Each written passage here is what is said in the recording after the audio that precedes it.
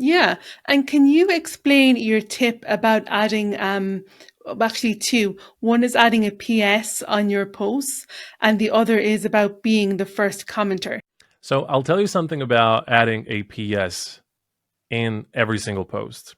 I believe that it is pertinent, that it is a must. Now, sometimes even I, like myself, skip that rule, but I know 100% if I do include a PS, especially something that invites people to engage, I'm going to get a lot of comments. I'm going to get a lot of engagement on that post. So here's my philosophy on that. And it's actually just backed by human psychology. I believe that a good PS should have an instant response. So, yes, that means in your PS, you should ask a question. In 99% of the cases, you should ask a question after your post. And if that question is something that's super broad, super general, super tough to answer, not a whole lot of people will be answering. I can give you an example. So I could be posting something around my failures, like I'm being discriminated on a job, I got fired, I got punched in the face by my boss, whatever. Like the post could be about anything. But then at the end of that post, if I ask, so what's your biggest failure story? At face value, that question like is good. There's nothing wrong with that question. But the problem is it takes me a while to think of an actual response. Like, what is my biggest failure story? Oh my goodness. Now I got to think about it. It takes quite some time. It takes a minute, 2 minutes to think of the answer. You can't expect, you can't possibly expect every single person reading your post to do that. They're not going to. They're just going to either click, like or whatever, and they're going to wave by. They're gone. The other thing is, even if they do think of a response, it's still going to take them a couple of minutes to write that humongous story just because it is too demanding. A, it's not instant, and two, it is demanding to write a comment like that. So what I do is I understand that. I understand that people are not there just for my posts. No one's there just for my posts on LinkedIn.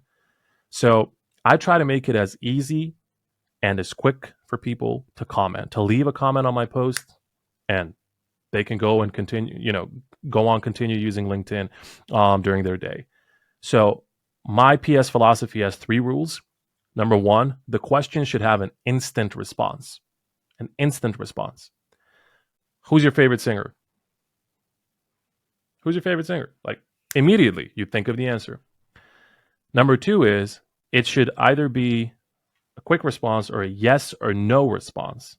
So in the example of the failure story and the job discrimination, whatever, I could simply ask, have you ever been discriminated on your job? Yes or no? Now, psychologically, because the response is instant, we want to share more.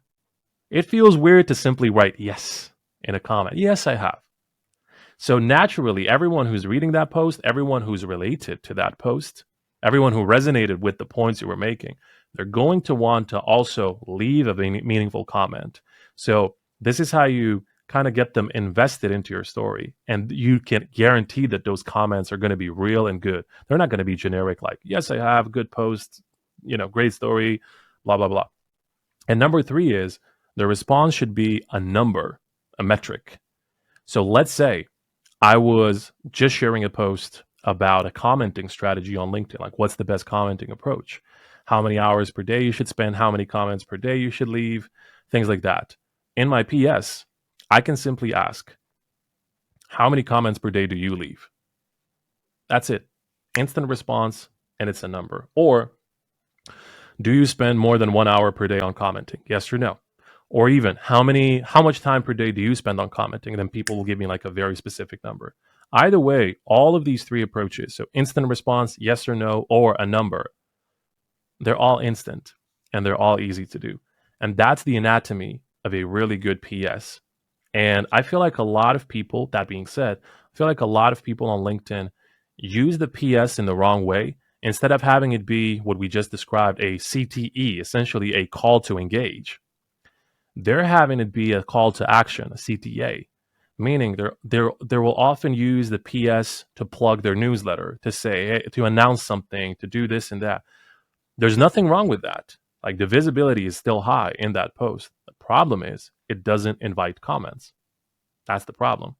So if you're complaining about not getting comments, and if you're actually not even inviting people to comment, there's your problem. Your PS simply isn't inviting enough. Your post, therefore, as a whole, isn't engaging enough.